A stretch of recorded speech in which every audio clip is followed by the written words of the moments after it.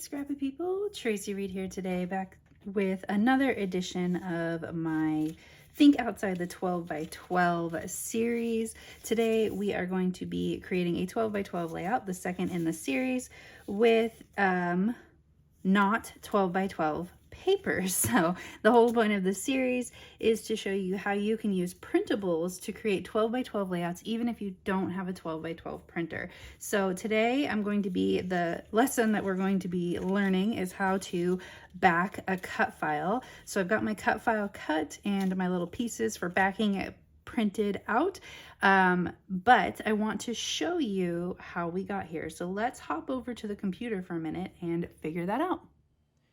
All right, so I created a cut file from the Fierce digital collection. This is part of an illustration that I made that is a rainbow. So we're gonna go with the rainbow theme, of course.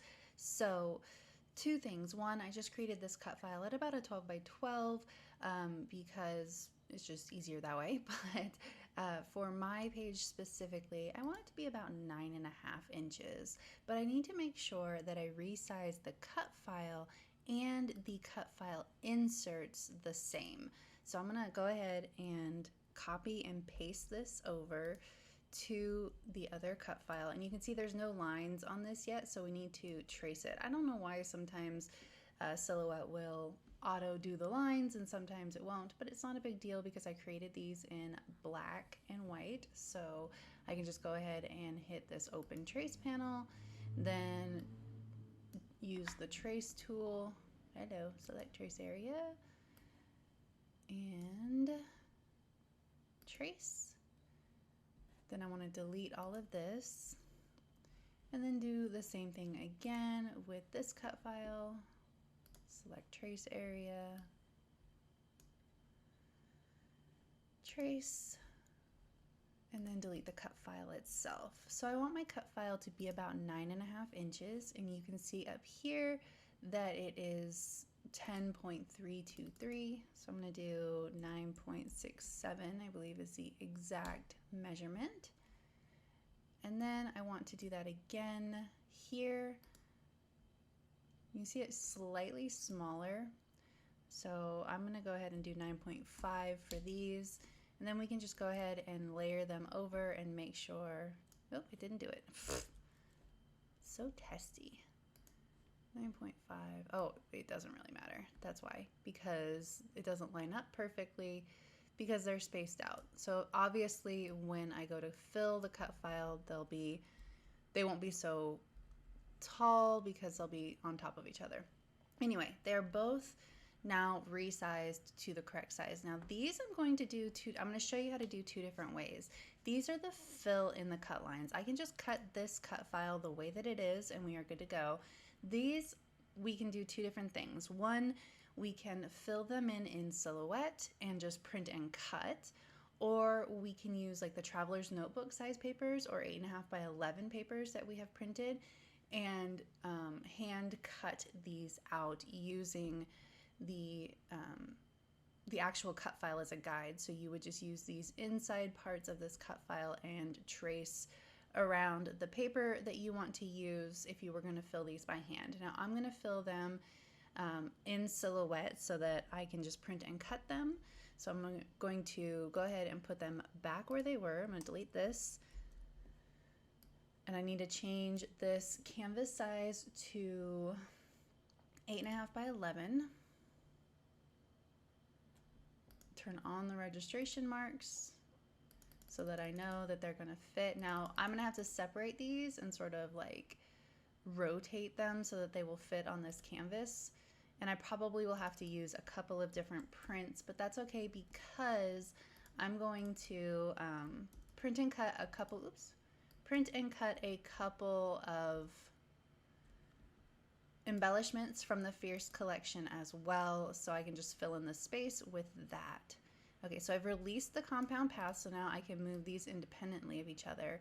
But before I rotate these around, I want to drop in the papers that I want to use so that when I rotate these to fit on this page, the papers are still, like the patterns on the papers are still oriented, right?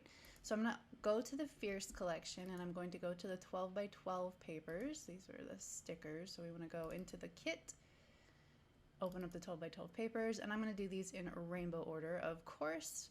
So we're going to go ahead and just drag and drop this paper into the cut file, and then repeat the process with the orange paper. Just drag it and drop it into the cut file, the yellow paper.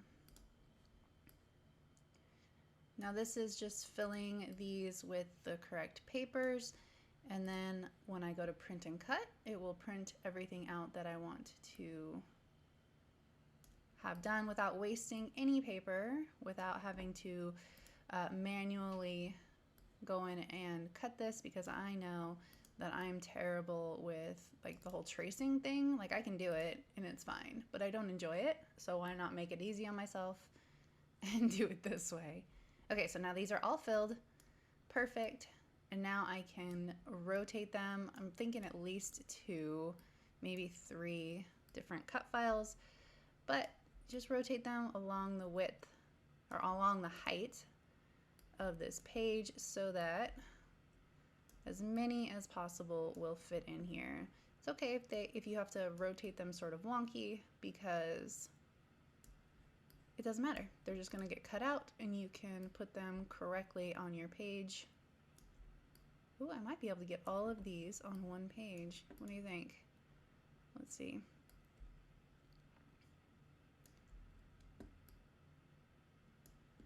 I bet I can. Luckily, the Silhouette print and cut, you can get these pretty close to each other without it being too close, as long as you have a decent mat and your blade isn't dull. But the new blades, I haven't really had a problem with it dulling, and I cut a lot. All right, why is this trying to edit it? There we go. One more. So you can see all of these different files fit on an 8.5 by 11. Ooh, we might not be able to get this one here. They fit on an 8.5 by 11, which means that anyone can print them. If you have a printer, all printers can do 8.5 by 11. Okay, we're gonna have to really, we might have to do this one on its own page. These 2 bottom ones are the longest. They're like long and skinny versus the other ones that are shorter and fatter. So these are gonna need to be on their own page just so that I can rotate them well. So I'm gonna go ahead and cut them and open up a new page, or no, open up a new document, paste them on, and then turn my cutting marks back on. And I will just use the extra space to print and cut some of the stickers and stuff that I want to use as well. Because I've already used a lot of this collection. I made a few layouts and I've done a mini album, so I need to print some more of these stickers. So I'll just use this extra space for that, no big deal. So now from here, you just go through the print and cut function and just the cut function on this one, and then you should be good to go. So let's hop back over to real life. All right, so we are back and we are ready to build our layout. Now you can see I've got all those stickers that I was talking about printed out, and I've got all of my files cut as well. And then I also, because I do have a 12 by 12 printer myself, I actually printed some digital mixed media onto a 12 by 12 paper for this page. But next week, our lesson is going to be about using digital mixed media or mixed media in general to scrapbook your layout. So we will talk about how I did this and how you can do it without a 12 by 12 printer next week. But I also printed out the colors of the equality, or the rest of the equality pride flag as well, because I want this to sort of go here, and my cut file is going to sort of feed into it this way with my photo right here. So that is where we are headed. We need to do the nitty-gritty part of putting this together first, and then we will work around it with how we're going to decorate. So let's go super fast for this one. So the rest of this is actually pretty straightforward and simple. It is just scrapbooking from here. So what we need to do, what I need to do, is first I'm going to create the inclusive, or the triangle portion of the inclusive pride flag over here. Now I printed these large triangles from my actual collection, but I could have just as easily used colored cardstock, but that would have required me going to the store to pick up cardstock, and so I just printed these. You could print these on 8.5 by 11 if you angled the largest triangle across the page, but I printed it on 12 by 12 just because I can. But again, you could just use cardstock. Solution, easy solution. So now I'm going to use some liquid glue, and I'm just going to put down each of these colors all the way across the back of this cut file, making sure that there's no like gapping or spacing. It doesn't have to be perfect, but it does. I don't want any gaps. So I'm just making sure that there are none as I go down the rainbow. Perfect. So now I'm just going to add a little bit of adhesive to the actual layout so that I didn't have to add it to the liquid glue on the back of that. Then I wanted to cut off the very edge of this cut file so that the colors went off the edge rather than having that white border on the edge of the cut file. So I went ahead and did that, and now I can start embellishing. So I'm going to map my photo on another of those dark blue papers. I'm just going to use the polka dot one since I used the one with the pride flags in my actual rainbow. And so I've cut it down to 4 by 6. The photo itself is 3.5 by 5.5, so there will be a 1/4 inch, quarter inch border around the outside edges of the photo of that blue. So I just stressed the flag, the inclusive flag portions, because I wanted all that texture on there, and that's why I didn't print it as one piece as well, so that I could get some layering and some texture in that stacking of cardstock. So I also did the same thing to the outside edges of that photo mat. And now I'm going to start layering my pieces together. I designed this layout to interlock with the journaling on that tag really well. So I wanted to build that first to make sure that I got everything down where it was supposed to go on that tag, and then I built my layout around it. So this was Pride 2022, which was last year. Knoxville actually has 2 Pride celebrations, one in June when it's supposed to be, and it's a smaller Pride celebration. Basically, the people who are mad that they moved it to October still sort of do their own Pride celebration. So this was actually the October one. That's why we're wearing jackets, because it was cold and a little bit rainy when we did that. That's why I don't love having Pride in October. I think it's silly. I understand that June is really hot, but I'd rather be hot on Pride than cold on Pride. So annoying. Anyway, so this was Pride 2022. This was the bigger celebration that we actually missed by a day for some reason.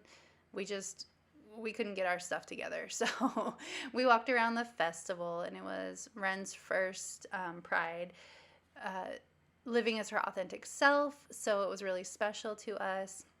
So I just wanted to commemorate that with this layout. I really, really love that. I mean, this is a vibrant, busy layout with that cut file. I could have made it less busy if I didn't include the the inclusive, well, which actually includes the trans flag, but the inclusive part. But I really love how they interact and how it creates an entire pride flag across the page without it being the pride flag. Like I have the 12 by 12 pride flag paper that I could have used, but I really love how this is different. We have those really pretty waves with the rainbow colors, and then we have the triangles for the rest of the flag. I think that's really cool. I'm going to put these on toothpicks so that they are actual pennants, and I think that makes them make a little bit more sense to the page too. I'm going to put these pennants underneath the photo up there so they look like they're on flags, and it just works a little bit better, I think, than if I had just put them down as triangles rather than as the pennants that they are meant to be. So I like that that adds a little bit of depth and texture as well. I'm just going to use my stapler, my tiny attacher, and staple these down as well as I can. We're going through a lot of paper here, so it doesn't quite go all the way through, but it does keep them still enough to dry. So lastly, okay, this is what I thought was going to be last. I'm adding some iridescent stars into the printed mixed media stars, and you'll be able to see those better in the close-up, but I'm just adding them across the page in the star stamping. That's why I showed you the layout. But then I decided, okay, well, I need to add in some string to the tag. And then I decided that over here underneath these pennants looked weirdly, like there was just a weird solid line of nothing. So I decided to add in some black string, and I'm separating the embroidery floss into lots of strands so that I can get it nice and messy. So I fight with this for just a minute to get it to be where I want it to be. I put it in a few different places before I'm happy with it. The black was like a bold statement on this page. I could have used white and it would have blended in a little bit better, but I felt like it needed a little bit more black because everything was so bright and airy. And then we have like those black and brown stripes for the inclusive the inclusive pride flag.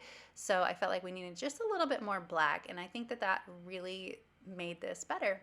Plus, it gave all of these really hard lines from the cut file and from the triangles a little bit more flow across the page and a little bit more organic, like an organic vibe to the page. So if you enjoyed this tutorial, I'd love it if you give it a thumbs up. If you're new here, go ahead and subscribe. I'd love to have you. If you don't already, you can follow me over on Instagram. I'm at Traci and Myriad. I'd love to see you over there as well. There is a link to the blog post for this in the description box below, and I will see you next time. Thank you.